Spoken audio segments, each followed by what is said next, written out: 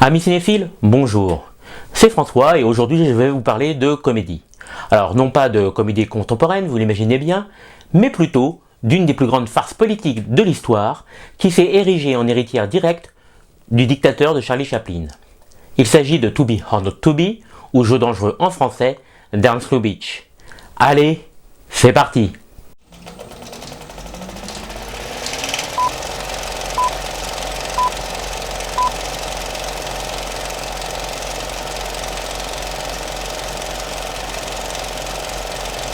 Le 7e art et l'humour entretiennent une relation ténue. Ainsi, il ne faut pas omettre que l'histoire du cinéma doit énormément au courant burlesque, à Charlie Chaplin bien sûr, à Buster Keaton ou à l'injustement oublié Harold Lloyd. Le genre comique, descendant légitime de ce courant, engendrait bon nombre de talents majeurs, et Hollywood les a vus défiler durant son âge d'or. On pense inévitablement à Frank Capra avec New York Miami, Black Edwards avec Diamant sur canapé, Billy Wilder avec Certains l'aiment chaud ou encore à Howard Hawks avec L'impossible Monsieur Bébé. Et il y a en quelque sorte leur maître à tous, père spirituel s'il en est, celui à qui tous se référèrent, y compris des figures illustres comme Joseph Mankiewicz. Ce cinéaste, c'est Ernst Lubitsch. Après des débuts prometteurs dans son Allemagne natale, le réalisateur s'exile aux États-Unis et entame une ascension fulgurante. Il se distingue avec des longs métrages tels que Serenade 3, La 8e femme de Barbe Bleue ou encore The Shop Around the Corner ou Rendez-vous en français, un film qui inspirera fortement Vous avez un message avec Tom Hanks et Meg Ryan durant les années 90.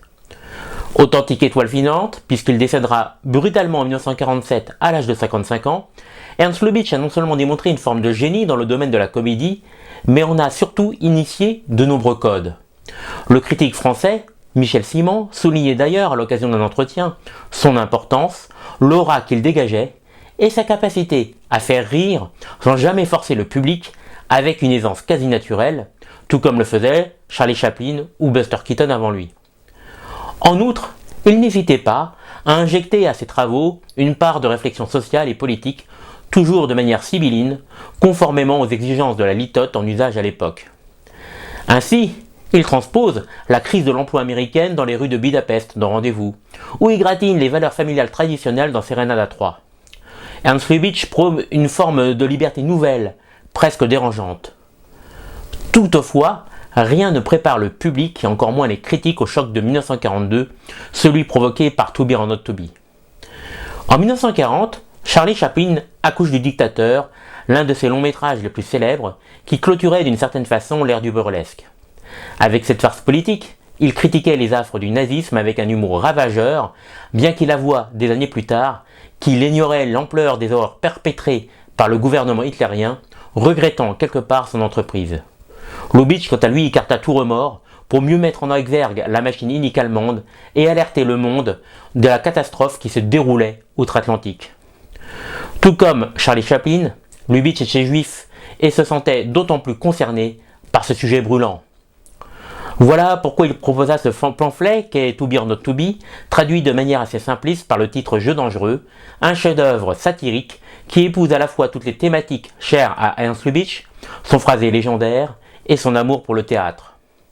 En utilisant la célèbre réplique d'Hamlet, le réalisateur annonce la couleur, ses ambitions et ses motivations formelles. À l'instar de Jean Renoir et avant Orson Welles ou Joseph Mankiewicz, il allait entrelacer univers des planches et sphères cinématographiques à l'écran. Le récit d'une remarquable densité s'intéresse au destin d'une troupe théâtrale se produisant à Varsovie. Le groupe d'interprètes s'apprête en cette année 1939 à participer à une pièce provocatrice dont le contenu se moque ouvertement d'Hitler. Parmi les membres de cette film-clip, on retrouve Joseph et Maria Toura incarnée par la fantastique Carole Lombard, deux vedettes nationales. Un jeune aviateur, Sobinski, sait prendre Maria et amorce avec elle un dangereux jeu de séduction au nez à la barbe de Joseph. Tout ceci ne constituerait qu'un marivaudage futile si Hitler n'ouvrait pas les hostilités et envahissait le pays. Contraints d'obéir sous ce régime, Maria et Joseph perdent leur statut. Pendant ce temps, Sobinski, parti en Angleterre, se voit confier une mission de la plus haute importance afin de préserver les chances de la résistance dans les pays de l'Est.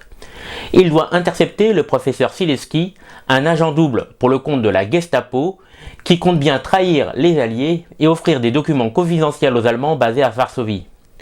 Sobinski retourne alors dans son pays natal et requiert l'aide du couple Turas. Ce qui entraîne une série d'événements à la fois truculents et catastrophiques. Et c'est l'instant autopromotionnel toujours flatteur pour l'ego. Si vous avez aimé cette vidéo et que vous souhaitez soutenir la chaîne, n'hésitez pas à laisser un like, un commentaire, à partager cette vidéo et à vous abonner. Vous pouvez également jeter un œil au site paricilescinéphiles.com au contenu entièrement gratuit. Lien disponible dans la description de cette vidéo.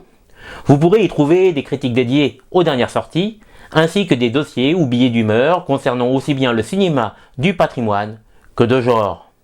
Ernst Lubitsch offre ainsi un ensemble très sophistiqué, superpose plusieurs couches narratives, tout en circonvenant à son exposé politique raffiné. À la base, tout part d'un banal triangle amoureux. Un mari aimant et prétentieux, une épouse lasse d'être dans son ombre, et un soupirant aventurier désireux de se ranger.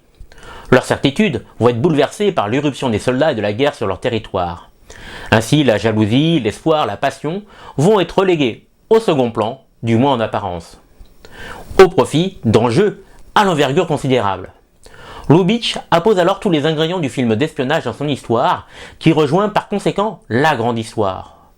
Or, en se servant justement des éléments propres à un marivaudage classique, il marie l'humour à la gravité des faits.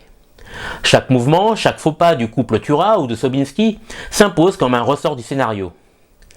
Cette technique fascinante exige du metteur en scène de coordonner parfaitement ses interprètes, ainsi qu'un sens du rythme et de la cohésion hors norme. Et ce n'est pas tout, puisqu'il n'hésite pas à ajouter une troisième couche à son dispositif, celui du théâtre.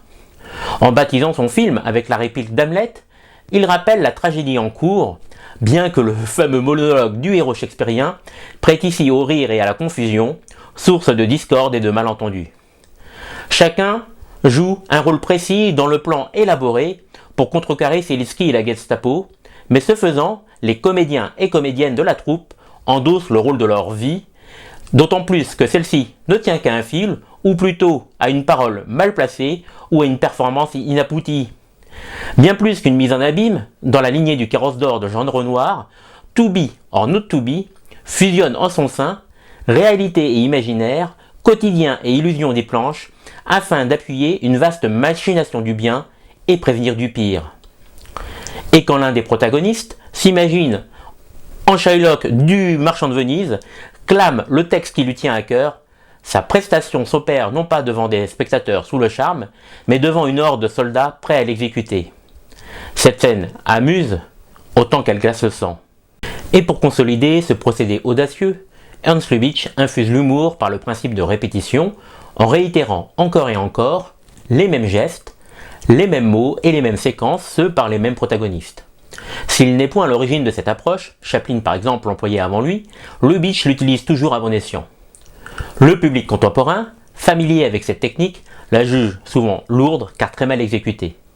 Lubitsch lui s'y essayait sans jamais agacer, intensifiant l'hilarité provoquée durant ces situations par quelques images ou bons mots. Surtout dans To Be or Not To Be, la répétition induit trois notions fondamentales pour le long métrage. Premièrement, répéter ne signifie point à l'identique dans la progression de l'action. Ainsi, à chaque fois que la répétition a lieu, elle marque une évolution notable. La peur du capitaine Erhardt se mue en volonté de suicide.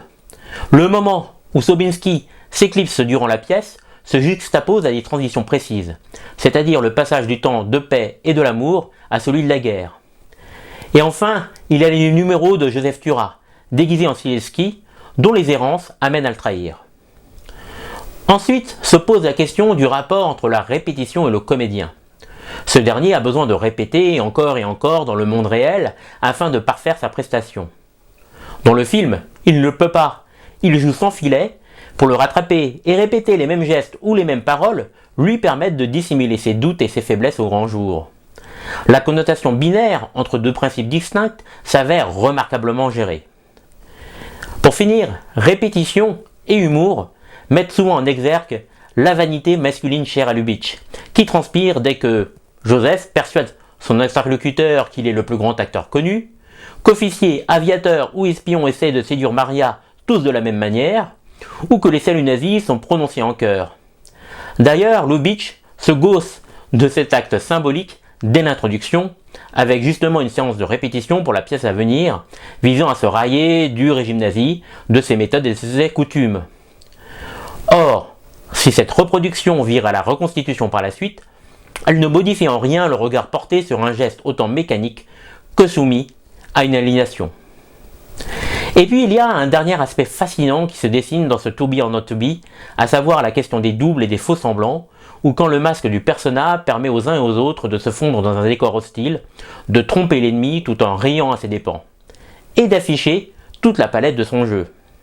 En se glissant dans la peau d'Hitler ou d'un traître avéré, Tura et sa bande comptent bien prouver que la plume est plus forte que l'épée.